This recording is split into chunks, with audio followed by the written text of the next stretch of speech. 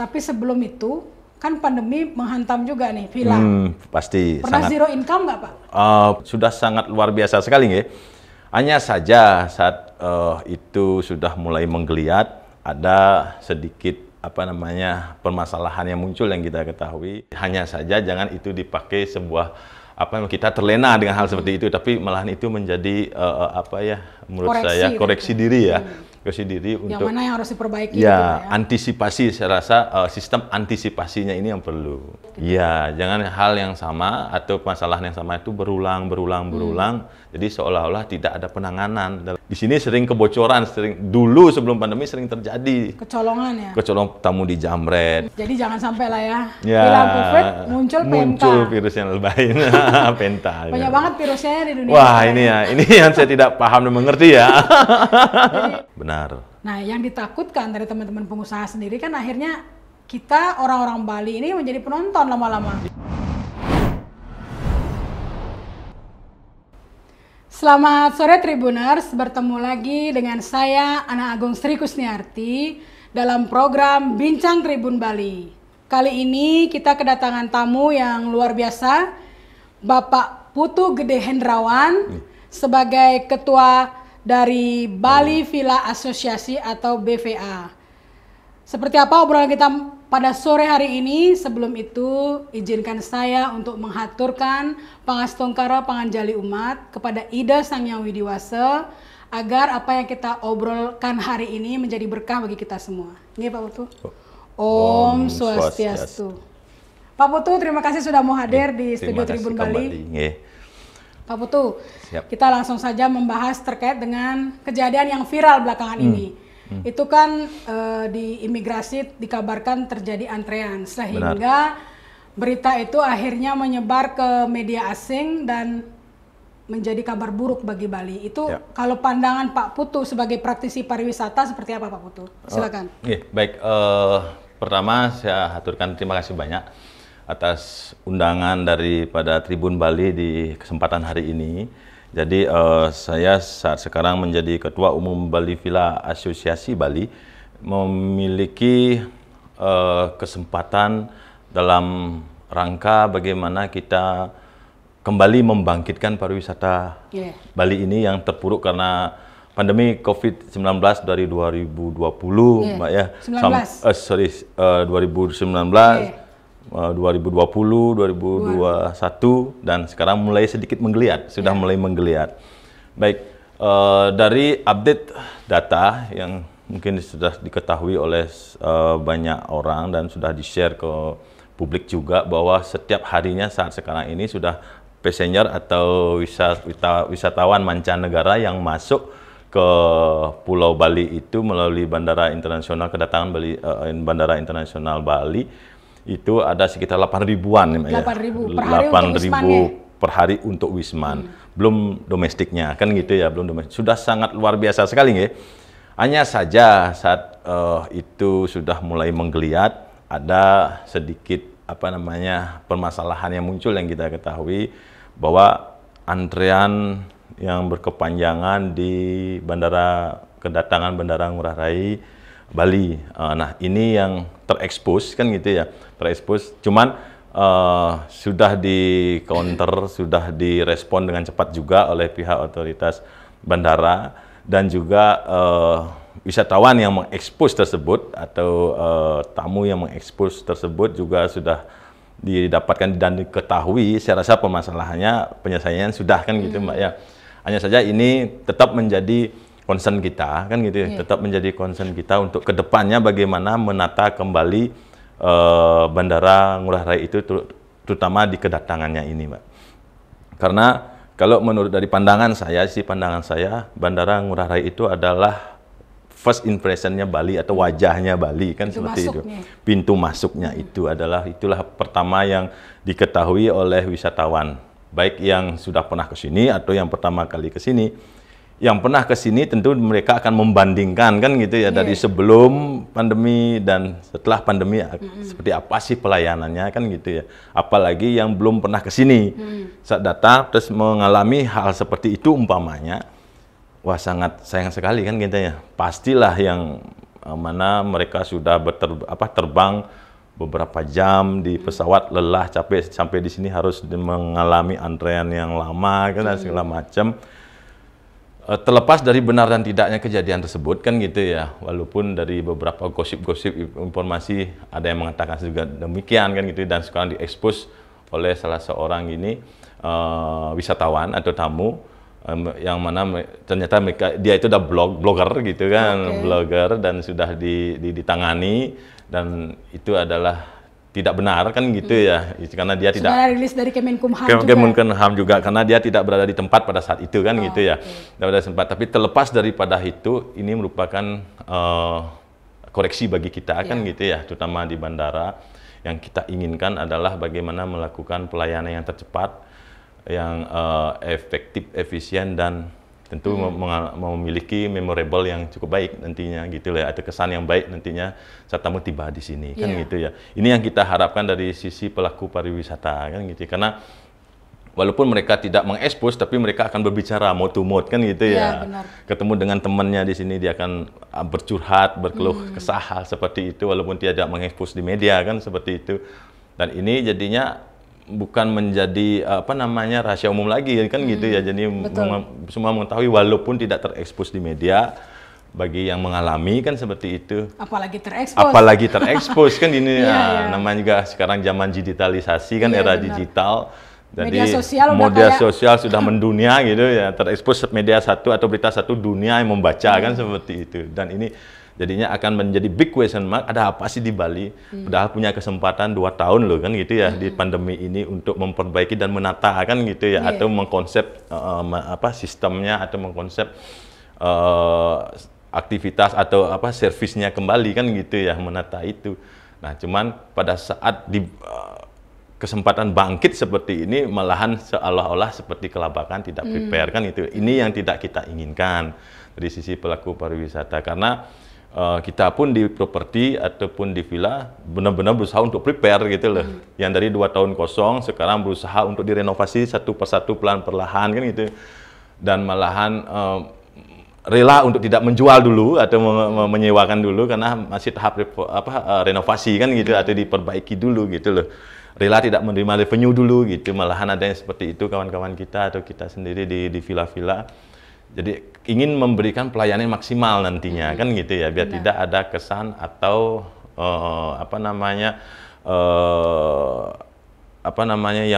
yang akan nantinya menghancurkan pariwisata Bali kembali, citra Bali, pariwisata Bali yang mana lagi pelan-pelan bangkit, lagi pelan-pelan merintis kembali kan gitu ya. Jadi kita ingin memberikan kesan yang maksimal dan memorable kepada tamu nantinya. Karena kan pariwisata itu sangat tergantung dengan citra ya. Betul.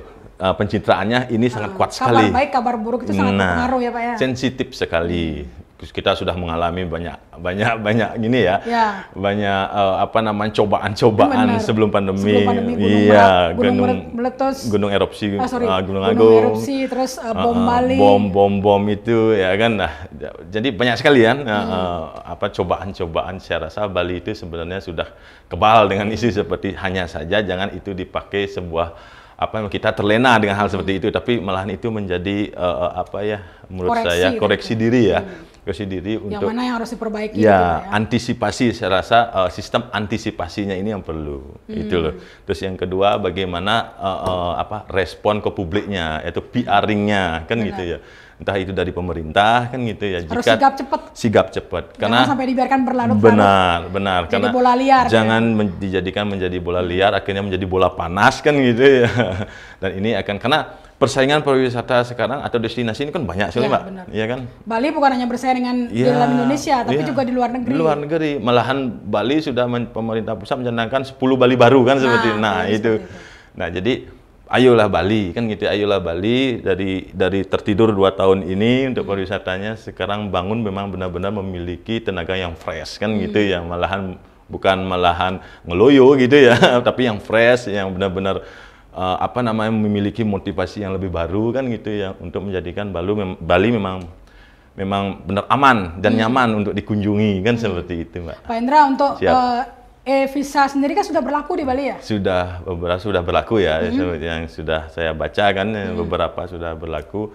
Jadi untuk e-visa ini mungkin merupakan salah satu solusi ya untuk mempercepat antrean kan ya, tidak terjadi antrean banyak. Memang sih pada saat itu saat Bali open atau open border gitu kan, kita menegaskan visa on arrival kan itu pada saat itu kan gitu ya. Karena VOA, karena pada saat itu kan harus pengurusan visa dulu dan segala macam, jadi memperlambat proses untuk tamu bisa berkunjung ke Bali. Belum harganya mahal untuk visa pada saat itu kan. Kan harus ada gini juga istilahnya sponsor dari Bali juga kan. Benar, pada saat itu, pada saat pandemi. Nah, jadinya kita berusaha untuk mewacanakan visa on arrival kan gitu untuk mempermudah kan gitu ya. Ayo kembalikan visa on arrival. Setelah visa on arrival berjalan, terjadi kendala seperti ini, entah bagaimana sistemnya di bandara, mungkin adakah yang lebih memudahkan tamu biar tidak terscreening lama di sana kan gitu ya, biar tidak tamu terjadi antrean yang lama di airport kan seperti itu. Apalagi tamu-tamu yang length of stay-nya itu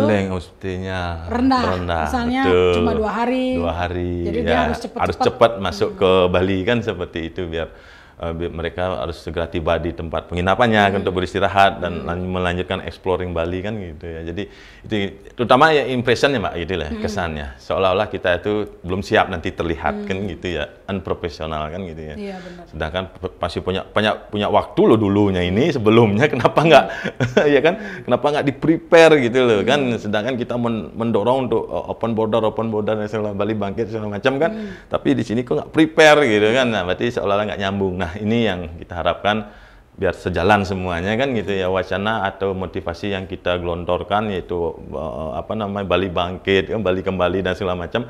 Di sini pun harus prepare segalanya kan gitu ya. Benar-benar. Seperti itu, Mbak. Terus kalau misalnya pandangan Pak Hendra dan harapan terkait dengan situasi di bandara itu seperti apa sih sebagai praktisi pariwisata? Ya tentu satu, sekarang gedungnya kan sudah wah ya kan gitu ya, dari sebelumnya dulu gitu karena sudah bandara bagus, internasional kan? Karena bandara internasional sudah luar biasa kan gitu ya. Hanya saja terbentur dengan COVID selama ini kan 2 tahun, jadinya sempat break ini, dan sekarang mungkin penataan kembali kan gitu, merenovasi beberapa hal kembali. Itu dari fisiknya kan saya angkat jempol untuk hal itu, luar biasa kan gitu ya.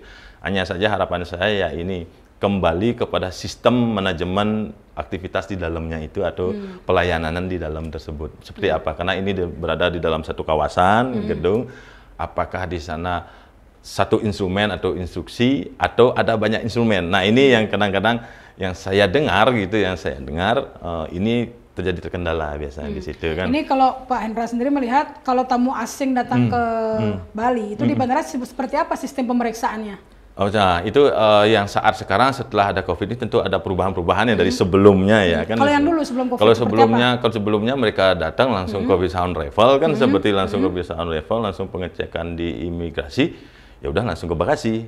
Cepat ya dulu. Nah, sekarang pandemi kan sekarang kan ada tambahan kan, screening vaksin dan segala macam kan yang berkaitan dengan kesehatan kan gitu ya, baru mungkin ke visa on arrival-nya. Nah, baru ke imigrasinya kan gitu berarti, ya. Tahapan pemeriksaannya lebih panjang. Lebih panjang, ada tambahan counter kan gitu ya. Nah, inilah yang apakah sekarang regulasinya akan tetap seperti itu ke depannya atau regulasinya itu yang mana yang bisa di-cut dulu kan gitu ya. Karena mengingat sekarang ini mereka kan tentu sudah melakukan checking kan gitu ya sebelum berangkat untuk kesehatannya mereka.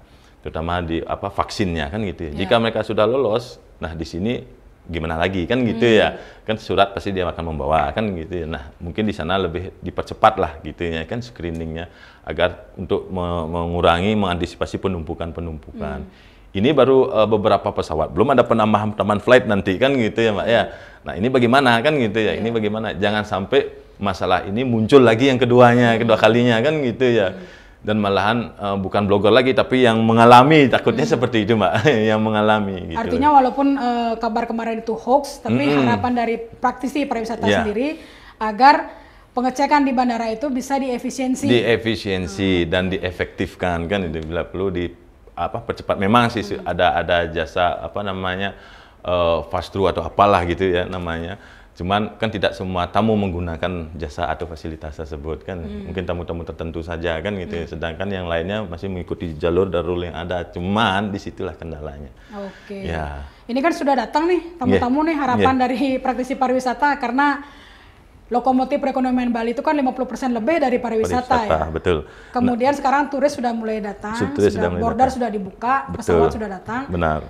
Tapi sebelum itu kan pandemi menghantam juga nih, hilang. Pasti. Pernah zero income nggak Pak? Pernah sangat. Dulu pasti kita itu tahun 2020 ya. 2020. 2022 pertengahan. Karena itu sampai zero banget. Masih di single digit sih, okupansinya gitu loh, okupansinya nggak nol sih, nol ya, okupansi nol. Beberapa bulan itu saat-saat lagi lagi ketat-ketatnya saat itu kan jam malam diberlakukan segala macam. No, artinya kosong, empty, tidak ada tamu sama sekali pada itu berapa bulan itu pernah mengalami hal itu 2020. Nah, sekarang sudah kedatangan ya, yang kita harapkan adalah tentu bagaimana tamu itu ke Bali itu pasti berlibur pasti ingin mencari nyaman kan gitu ya, Mbak ya. Itu yang pertama, nyaman. Terus keamanan bagi mereka di sini terjamin nggak gitu ya, seperti apa kan gitu ya. Ya, kembali ke sabda pesona yang tadi yang digaungkan itu. Nah, kalau umpamanya itu masih terkendala, bagaimana caranya mengantisipasi dan menyikapi biar tidak satu kendala dibiarkan terjadi pembiaran akhirnya bola liar kan gitu ya, muncul kendala yang kedua yang ketiga hal yang sama, terus jadi citra buruk gitu. Iya, jangan hal yang sama atau masalah yang sama itu berulang jadi seolah-olah tidak ada penanganan dalam hal ini kan gitu ya. Kita masih punya waktu loh, belum sampai ini baru 8 ribuan kan gitu ya, belum sampai puluhan ribu seperti dulu kan gitu ya. Benar. Bagaimana kan gitu ya, masih ada kesempatan untuk membuat sistem yang baik kan gitu ya. Satu untuk teknis keamanan kan gitu ya. Keamanan, apakah membuat sistem keamanan yang terpadu di tempat-tempat para wisatawan ini atau destinasi-destinasi yang ada, terpadu dalam artian adat, dinas dan kepolisian mungkin ini bersatu padu kan gitu Mbak. Karena ini konsep ini dulu pernah saya ingin create dulu. Nah, saya terkendala, jadinya tidak sampai kita create. Konsep apa yang ingin Pak Hendra create? Seperti apa? Karena ini, bagaimana membuat keamanan terpadu antara desa adat, yaitu pecalangnya kan gitu ya. Artinya menggerakkan bapak-bapak di Jayabayo, di Jagabaya yang di pecalangnya tersebut, dengan Pol PP dan dengan bapak kepolisian. Nah, jadi ada 3 kekuatan di situ yang mengamankan, terutama di daerah pariwisata ini kan gitu ya. Kantong-kantong pariwisata itu Badung Selatan ini kan terutama. Nah, setiap banjar itu kan memiliki Jagabaya sendiri. Nah, sedangkan polisi mungkin karena kewalahan tenaga, kekurangan tenaga untuk melakukan patroli kan gitu ya. Jadi di sini sering kebocoran, dulu sebelum pandemi sering terjadi kecolongan ya. Tamu dijamret kan gitu ya, tamu dirampok dan segala macam gitu loh. Sampai pencurian kan gitu. Nah, sini kecolong mungkin karena memang sudah melakukan patroli, hanya saja kan biasanya maling lebih cerdas, lebih pintar untuk mengintai dan membaca situasi kan gitu ya. Nah, mungkin ini yang dibuatkan sistem manajemennya, pengamanannya, entah sekarang mau di bawah mana provinsi atau apa kan, karena ini memerlukan pendanaan atau anggaran kan gitu ya. Sekarang mau di bawah siapa kan seperti itu. Instansi apa kan gitu ya, biar ada kontribusi atau honornya juga kan gitu ya, karena untuk memberikan motivasi untuk mereka melakukan kegiatan itu setiap malamnya mungkin atau setiap harinya kan gitu ya. Seperti di Kuala Lumpur dulu, bukan saya membandingkan, kalau dulu saya ke sana itu setiap pojok itu pasti ada petugas keamanan yang berjaga lengkap dengan pakaian dinasnya dan senjata lengkap gitu loh. Jadi sana sudah mengesankan bahwa setiap pojok sudah ada gini kan, gitu loh. Jadi satu turisnya aman, kedua yang ingin melakukan tindak kejahatan berpikir dia kan gitu ya, karena selaras panjang masalahnya. Jadi tembak jarak jauh kan bisa gitu loh. Benar. Nah gitu. Nah kita kan tidak se ekstrim itu kan gitu ya, kayaknya darurat perang kan gitu ya. Nah sekarang bagaimana sistemnya kan gitu ya. Kalau ini dipadukan, menurut saya pernah saya waktu masih di BVA Badung, chapter Badung, ingin meng-create seperti itu, cuma terkendala pada saat itu. Nah, ini mungkin next ke depannya mungkin seperti itu. Ya duduk bersama kan gitu ya. Ini demi apa? Demi keamanan Bali lah kan gitu ya. Keamanan Bali, keamanan pariwisata Bali kan gitu ya. Kalau ini sudah terbentuk, terekspos ke luar negeri, wah Bali sudah bagus ya. Sudah bagus sistem keamanannya. Ini melanjutkan gitu dengan keamanan. Kemarin kan sudah dilakukan penegasan terhadap KUPA atau money changer ilegal. Betul. Itu pandangan Anda sebagai praktisi seperti apa, Pak? Sangat bagus, saya sangat ancung jempol kepada semeton-semeton yang Ringkuto kan gitu. Anak mudanya bergerak kan gitu ya. Terus jaga bayonya bergerak kan gitu, tegas kan gitu ya.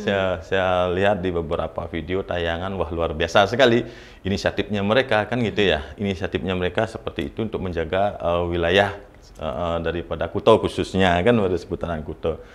Nah, saya harapkan ini kan berkelanjutan kan gitu, berkelanjutan. Nah, ini saya minta juga dari pemerintah untuk mensupport baru dari desa adat atau jaga bayonya atau pecalanya bergerak seperti itu, bukannya malah diam kan, mensupport dalam artian bagaimana ikut bersatu padu di situ. Iya benar. Ya kan, sekarang dari pihak kepolisian juga datang, bagaimana ikut mensupport untuk membackup kegiatan itu kan gitu ya, biar tidak terlihat ekstrim lah kan gitu, terlihat seperti penekanan, apalagi nanti jangan mudah-mudahan tidak ada sampai digiring-giring opini keras kan gitu ya, kerasis dan segala macam suku dan segala macam, biar tidak seperti itu. Nah, kalau sudah dari pemerintah, dari pihak kepolisian, penegak hukum datang juga untuk membackup ya, itu kan jadinya memang ini kegiatan daerah kan seperti itu. Itu yang saya harapkan itu loh.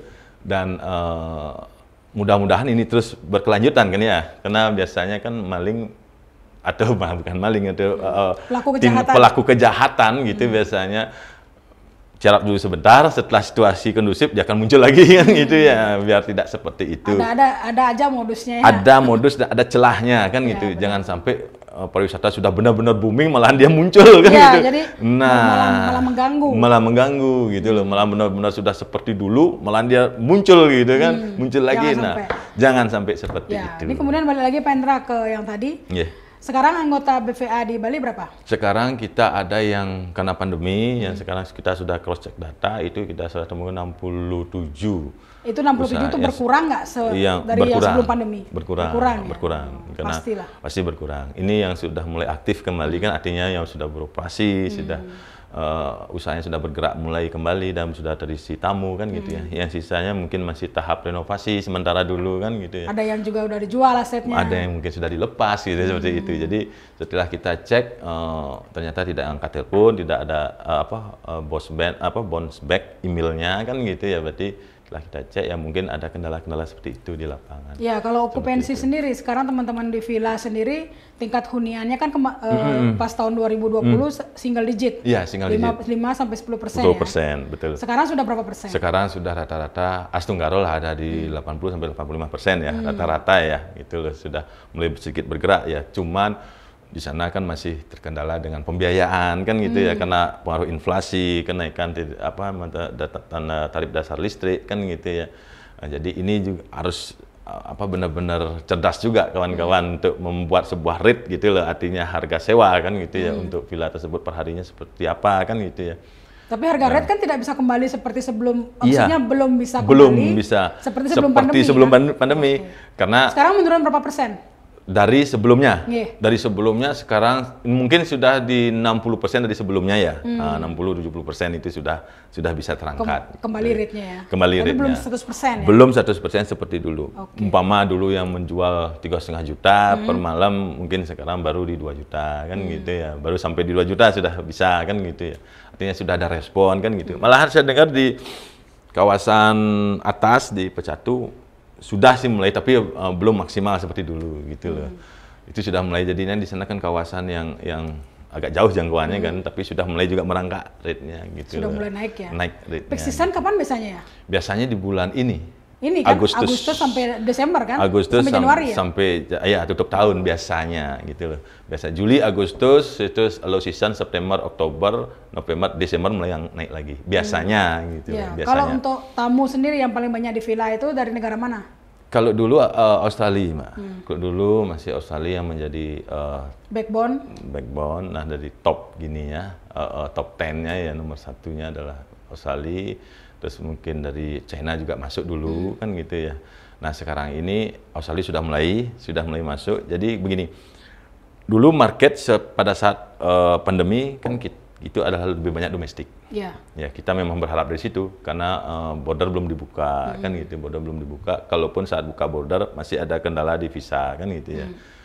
Nah, sekarang sudah dibuka semua, mulai tamu mancanegara mulai masuk. Nah, Australia pun sudah mulai masuk, malah saya dengar ada penambahan flight lagi gitu loh Australia.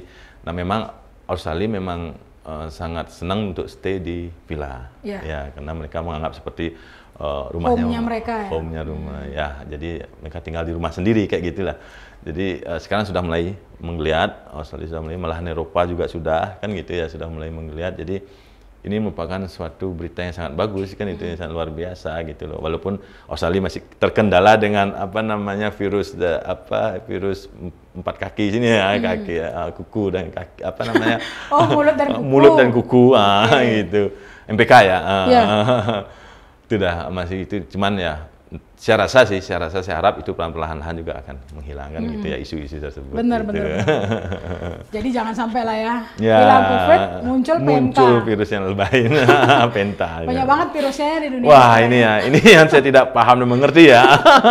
Jadi benar-benar kacau. Benar kacau. Dan untuk villa sendiri kan juga sekarang istilahnya merupakan bagian dari pariwisata di Bali yang terdampak dari COVID pandemi. Pasti. Tentunya untuk membangun kembali apa istilahnya bisnis. Kan memerlukan cash flow dan ternyata restrukturisasi sudah diperjuangkan oleh Pak Gubernur ke pusat agar 2025 diperpanjang. Baik. Kalau Pak Putu sendiri setuju nggak dengan hal itu? Saya sangat setuju sekali, Mbak. Saya sangat setuju sekali dan terima kasih banyak dengan Pak Gubernur sudah memperjuangkan itu kan sampai 2025 agar restrukturisasi bisa berkelanjutan sampai 2025. Semoga itu bisa terrealisasi kan gitu ya, karena begini. Seperti yang saya sampaikan katakan tadi, 2020-2021 2 tahun jeda villa atau properti itu tidak beroperasi. Ada yang 0% pada saat itu kan, ada masih di single digit lah, 1%, 2%, 5%. Nutup operasional aja susah. Nah, untuk operasional dan bisa dibayangkan bagaimana kalau gedung itu kosong. Malahan gedung itu akan rusak saat dia kosong malah. Ketimbang dia ditempati atau dihuni. AC nggak dipakai, AC nggak di kolam renang jalan, nggak dibersihin. Kolam renang juga kita nggak bisa beli chemical kan gitu ya, pada saat itu menekan biaya sekali kan gitu. Listrik diturunin, terus elektronik off kan gitu ya. Sementara mereka kalau nggak digerakkan mati lama-lama, rusak. Tahu sendiri kan elektronik yang dulunya 24 jam nyala, sekarang mendadak off kayak televisi kan gitu ya. AC dan sebagainya gitu. Ketika dinyalakan ya pasti terjadi masalah kan gitu. Dan harus melakukan perbaikan. Malahan harus diganti kan gitu, tidak bisa diperbaiki. Nah, ini yang menjadi kendala bagi pengusaha villa kan gitu ya. Jadi mereka harus memikirkan kembali permodalan untuk itu kan gitu ya. Cash flow lah ya. Cash flow untuk itu. Nah, belum lagi buildingnya kan gitu ya, harus di-repainting ulang atau dicat ulang kan gitu, ada perbaikan dan segala macam karena tidak ditempati kan gitu. Lebih baik villa itu atau gedung itu akan bertahan lama jika ditempati atau dihuni, ketimbang tidak ditempati. Buktinya 1 tahun aja cepat sekali terjadi masalah gitu. Belum mebelnya, furniturnya. Nah, jadi ini kan pasti dipikirkan kan gitu ya. Jadi ada 2 opsi atau 2 pertimbangan saat itu untuk pengusaha, dia harus lepas atau dia lanjutkan. Pada saat itu, sebuah dilema sekali pada saat itu kan. Kalau dia lepas, ya kan eman ya, mungkin ada yang punya memori, ada yang punya gimana kan gitu dengan propertinya mereka. Kalau dilanjutkan berarti harus memikirkan cash flow untuk merenovasi kan gitu ya, untuk memikirkan biaya karyawan lagi kan gitu ya, dan sebagainya. Ini tentu ada hitung-hitungannya kan gitu. Ini tentu ada hitungannya. Nah, di kawan-kawan pengusaha yang melanjutkan ini kan gitu, dia tentu harus berjuang untuk mencari atau mendapatkan cash flow kan gitu ya, atau permodalan untuk merenovasi dan membiayai kembali. Nah, inilah mereka melakukan mungkin pendekatan ke bank atau kemana kan gitu ya. Nah, ini yang kita harapkan biar terjadi restrukturisasi, masih di perpanjangan peringanan pembayaran lah, karena sekarang ini Bali belum baik-baik saja kan Iya. gitu ya, walaupun sudah rame gitu tapi belum baik-baik saja. Jadi kan, gitu. jantungnya baru berdenyut tapi belum sembuh. Wah, jantungnya baru berdenyut tapi detaknya itu belum kencang gitu. Belum sembuh gitu. Jadi jangan disuruh keluar rumah sakit dulu. Benar, betul. Jadi Kasih dulu dia istirahat iya, sebentar. biarkanlah perawatan intensifnya dulu kan gitu. Biar Nanti benar-benar pulih. benar-benar pulih, Baru. baru kasih pulang dan berlari kan gitu. Gasplong, ya, Gasplong gitu seperti Jadi itu. harapannya memang restrukturisasi diperpanjang bagi Diperpanjang bagi pengusaha sampai pengusaha. Dan kalau 2025. bisa bahkan pemerintah membantu cash flow karena kan selama Iya. ini Bali menyetorkan devisa cukup Ya, besar. cukup besar sekali, betul. Dari PHR pajak hotel restoran sangat Ya. luar biasa sebelumnya. Malahan kan tingkat ekonomi Bali kan lebih tinggi daripada gini ya, daripada Indonesia atau negara pada saat itu kan. Jadi ini merupakan harus menjadi pertimbangan bagi pusat kan gitu ya, Iya. bagi pusat bagaimana membantu Bali yang sedang Bali terpuruk ini terutama ya pelaku-pelaku pariwisatanya kan gitu ya, karena ibaratnya ini sudah datang loh tamunya kan gitu ya, sudah datang tamunya. Sekarang dibantu pengecekan apakah praktisi pelakunya sudah siap benar di lapangan kan seperti itu ya kan, dan biar nanti matching antara tamu yang datang dengan pelayanan yang diberikan itu memang benar-benar maksimal dan berkualitas. Benar. Karena dari dulu kita menggaung-gaungkan quality tourism Iya. quality tourism kan. Quality tourism itu seperti apa kan Iya. gitu ya kan. Jadi jangan just konsepnya talk apa? only, gitu. Jangan talk just talk only kan gitu ya. Nah, ini yang kita masih memiliki kesempatan waktu untuk mengkonsepkan itu kalau memang benar itu mau diterapkan. Itu yang saya katakan berkaitan dengan sistem keamanannya seperti apa, Iya, sistem benar. kenyamanannya seperti apa, sistem pelayanannya kan seperti apa kan gitu ya. Dari 3 hal ini poin yang menurut saya sangat Penting. sensitif sekali, Ya. ini aja belum terkonsep dengan baik dan benar kan gitu ya, sehingga terjadi kecolongan. Baru mulai sudah terdengar isu bukan isu lagi, memang dari real terjadi kan gitu ya, malahan ada yang penjamretan kan gitu, penjamretan handphone malah yang pemasaran. Nah, ini gimana sih gitu loh kan, ya kan. Sementara pariwisata sangat riskan dengan betul. Iya. dengan nama-nama istilahnya dengan cita-cita buruk seperti itu. Iya, benar. Nah, ini yang harus benar dimatangin lah dulu kan gitu ya, matangin dulu pondasinya ini. Saya rasa ini pondasinya, keamanan, kenyamanan. Ini aja 2. Kalau ini benar-benar sudah terkonsep dengan baik dan matang kan gitu ya.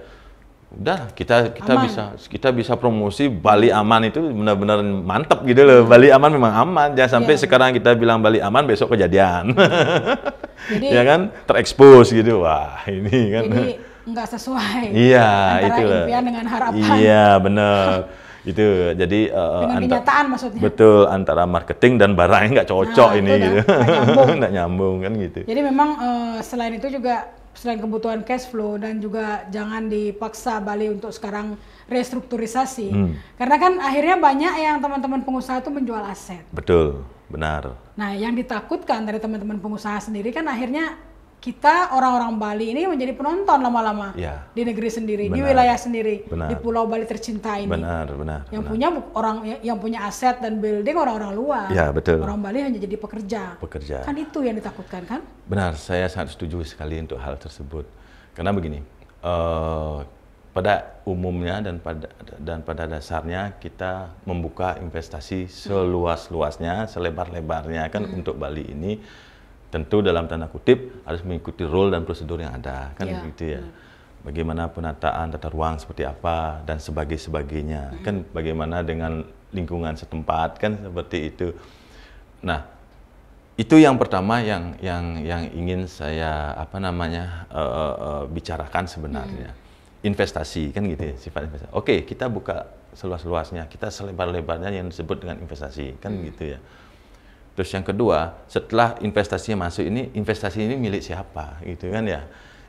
Walaupun orang Bali melakukan sebuah usaha, dia kan berinvestasi juga di negerinya dia sendiri atau di tanahnya dia sendiri, kan sudah sebut investasi juga kan gitu. Iya. Investasi tidak harus mesti datangnya dari luar kok gitu ya kan.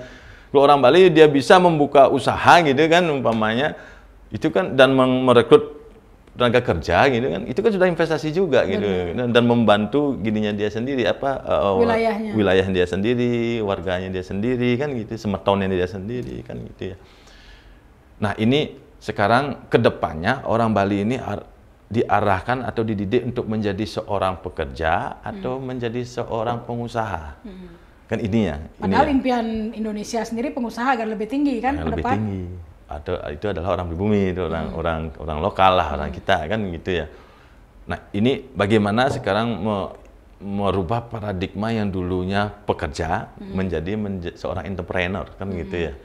Nah ini yang menjadi PR kita semua kan gitu ya. Yang disebut dengan pengusaha tentu bahan dasarnya adalah modal kan gitu ya. Mengawalinya itu adalah modal kan gitu ya. Pasti modal. Nah sedangkan orang Bali modalnya itu lahan banyak kan gitu ya, lahan banyak. Nah bagaimana mengemas ini kan gitu ya. Padahal orang Bali itu potensi menjadi entrepreneur sebenarnya, menurut yang kan gitu ya. Bagi yang masih memiliki modal lahan kan dia potensi untuk itu. Nah sekarang bagaimana dia mengolah lahan ini dia itu oleh dia sendiri menjadi sebuah investasi dan akhirnya memberikan sesuatu atau hasil kepada PAD kan gitu ya, dan bisa merekrut orang-orang sekelilingnya dia kan gitu ya. Jadi tidak harus bekerja dengan orang lain, dia bekerja dengan nyamannya pendidih gitu, dengan semetonnya dia sendiri kan gitu ya. Nah ini memberdayakan lokal kan gitu ya. Nah ini yang menurut yang harus digalakkan, diwacanakan, dicanangkan oleh pemerintah kan gitu ya. Oke, kita tidak menutup dengan investor luar kan gitu ya, tidak menutup investor luar, tapi bagaimana ritmenya seperti apa kan gitu ya. Biar tidak nanti ada investor luar masuk, jadinya mempengaruhi daya pikir masyarakat kita untuk menjual asetnya ke mereka. Akhirnya yang pemilik aset sebelumnya bekerja di asetnya, di bekas asetnya dia sendiri. Kan kasihan sih, miris sekali. Itu kan dulu sering terjadi, Mbak. Dan sekarang kan nampaknya udah ada ya beberapa yang terjadi seperti itu. Penjualan aset. Seperti itu jadinya. Apalagi waktu istirahat rehat ini lama banget, 2 tahun. Iya benar. Jadi mungkin ya keperluan mereka ya, kita tidak tahu. Satu sisi memang kita memaklumi hal seperti itu, tapi seiring perjalanan waktu ke depannya bagaimana sih caranya, ini kan gitu ya, ini bagaimana caranya, begini pola-pola yang diterapkan di masyarakat kan gitu ya, biar tidak merangsang masyarakat untuk melepas kan gitu ya, tapi merangsang masyarakat untuk mengelola asetnya dia kan seperti itu. Jadi saya rasa ini perlu kembali duduk bersama pemerintah, perbankan kan gitu ya, dan para penjuru adat yang lainnya kan gitu ya, biar memberikan arahan.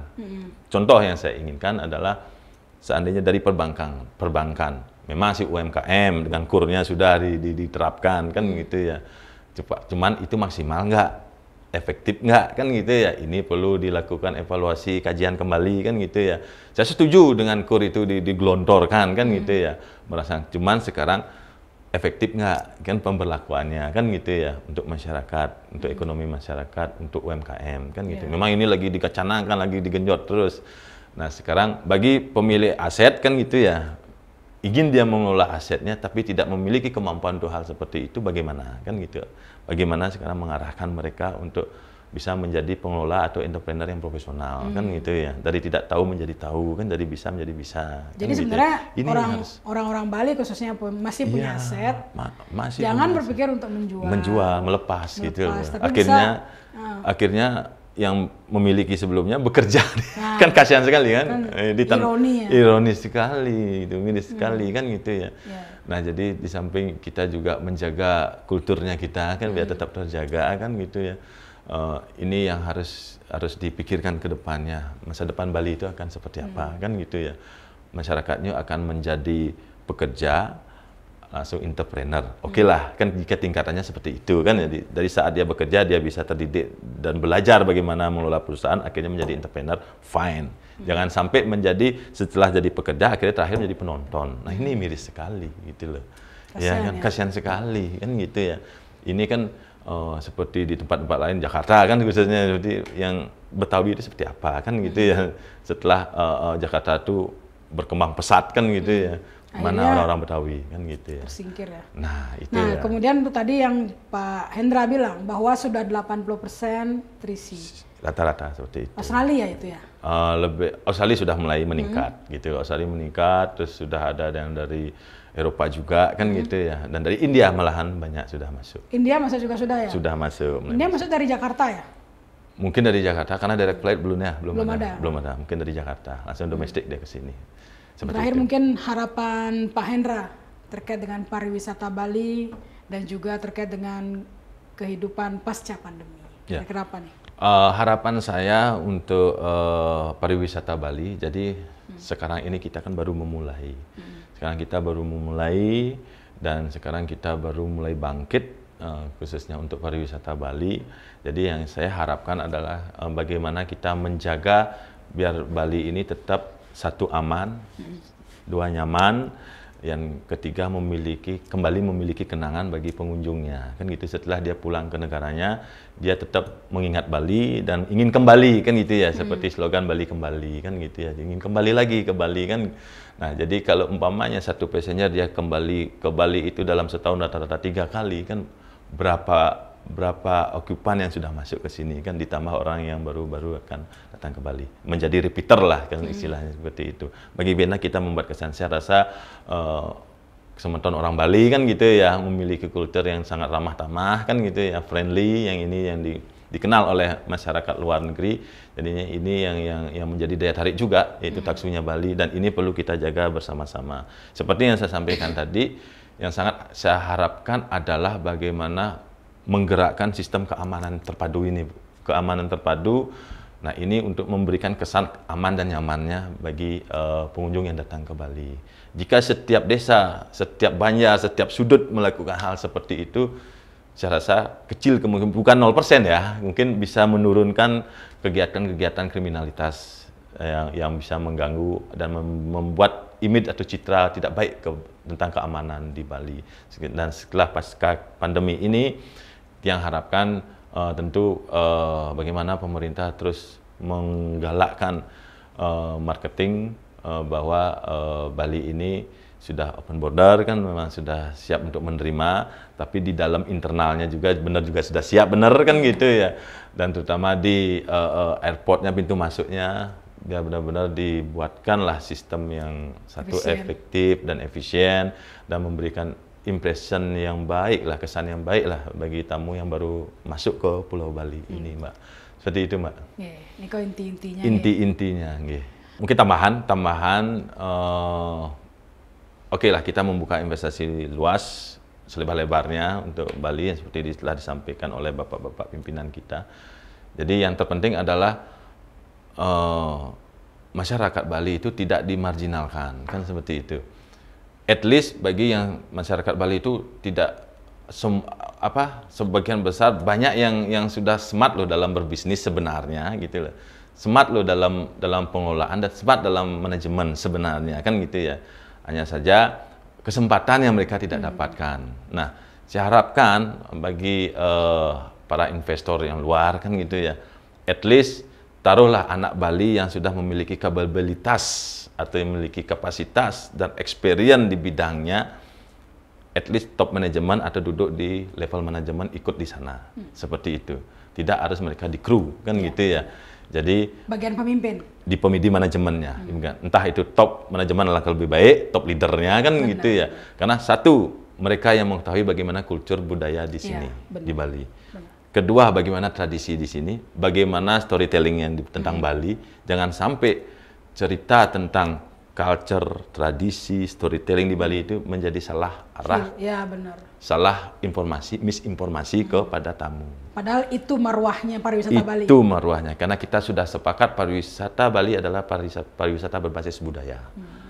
Ya itu. Jadi kalau memang orang Bali yang memang sudah hidup dan nantinya akan meninggal di Bali, yang tentu dia sudah melakoni sehari-hari kegiatan itu, kegiatan tradisi, kegiatan budayanya, kan seperti itu, dan storytellingnya dia dengar dari turun-temurun, dari leluhur, cerita-cerita. Jadi ini akan dia sampaikan nanti ke customer-customer atau tamu-tamu yang datang ke Bali. Nah, kalau bisa kita harapkan para investor luar Bali yang melakukan investasi di Bali, kita sangat welcome, sangat mendukung agar usahakanlah rekrut anak Bali sebagai leadernya atau top manajemennya yang nanti akan menceritakan Bali yang sebenarnya, Bali sebagaimana Bali itu sebenarnya. Dan melakukan pemahaman yang dan benar. melakukan pemahaman yang benar tentang Bali kepada para wisatawan yang mungkin menginap di situ, berkunjung ke tempat usahanya dia, kan seperti itu. Dan mengkonsepkan perusahaan itu biar gimana Bali, kan gitu ya, sesuai dengan Bali. Ya, jadi tamu ke sini dia kan mencari suasana Bali, kan gitu ya. Jadi dia masuk ke usaha tersebut memang masuk ke usahanya orang Bali gitu, usahanya di Bali, kan gitu ya. Jadi contoh minimalnya itu seperti ada pelinggih gitu ya. Satu pelinggih kan gitu ya, bebantenan kan gitu ya, canang, dan dekorasi-dekorasi tentang Bali, kan gitu ya. Mungkin orang Bali yang lebih memahami kan seperti itu ya, yang sudah lahir hidup di Bali, kan gitu ya. Karena dia melakoni sehari-harinya seperti itu. Benar. Jadi itu yang saya harapkan. Jadi konsep pariwisata berbasis budaya ini tetap berjalan, kan seperti itu. Yang ketiga, bagaimana merangkul para seniman-seniman Bali, budayawan Bali untuk ikut di sana. Jangan mereka dimarginalkan, gitu. Biar ikut merasakan hasil daripada pariwisata, kuenya pariwisata, kan. Jadi gitu jangan cuma jadi penari doang. Jangan jadi penari doang, dan jadi penonton aja, kan gitu ya. Jadi mereka bisa ditampilkan, diberikan ruang atau tempat di tempat itu untuk menampilkan seni dan budayanya dan kreasi-kreasi para seniman-seniman Bali tentunya. Benar. Nah, ini yang saya harapkan. Jika memang itu bisa terjadi, saya rasa orang Bali itu pasti siap jadi entrepreneur ke depannya, Mbak. Dan Bali akan semakin berkembang. Bali akan semakin berkembang. Tapi sesuai dengan koridor budaya. Koridor budaya. Betul. Seperti itu. Dan orang pariwisata, ada tourism atau orang yang datang ke Bali, wisatawan yang datang ke Bali itu memang dia benar-benar datang di Bali dan masuk ke usaha-usaha memang benar Bali gitu loh. Memang auranya itu Bali. Aura Bali. Baiklah Tribuners, sekian obrolan saya dengan Bapak Putu Gede Hendrawan hari ini, Ketua Bali Villa Asosiasi, yang kita akan mendapatkan banyak sekali ilmu dari apa yang beliau katakan tadi dan juga harapan praktisi pariwisata langsung terkait dengan pariwisata Bali yang sebagai lokomotif perekonomian Bali selama ini, agar bagaimana Bali ini semakin berkembang sesuai dengan harapan pemerintah, yaitu quality tourism. Pariwisata berkualitas. Jadi pariwisata berkualitas di mana keamanannya bagus.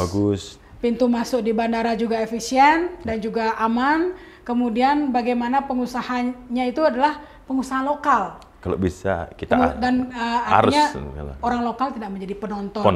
Ya. Semoga saja pandemi ini menjadi pelajaran koreksi diri bagi kita semua di Bali, dan juga kita bisa semakin meningkatkan pariwisata yang berkualitas tadi. Oke Tribuners, akhir kata saya tutup dengan Paramo Santi. Om Santi Santi Santi Om.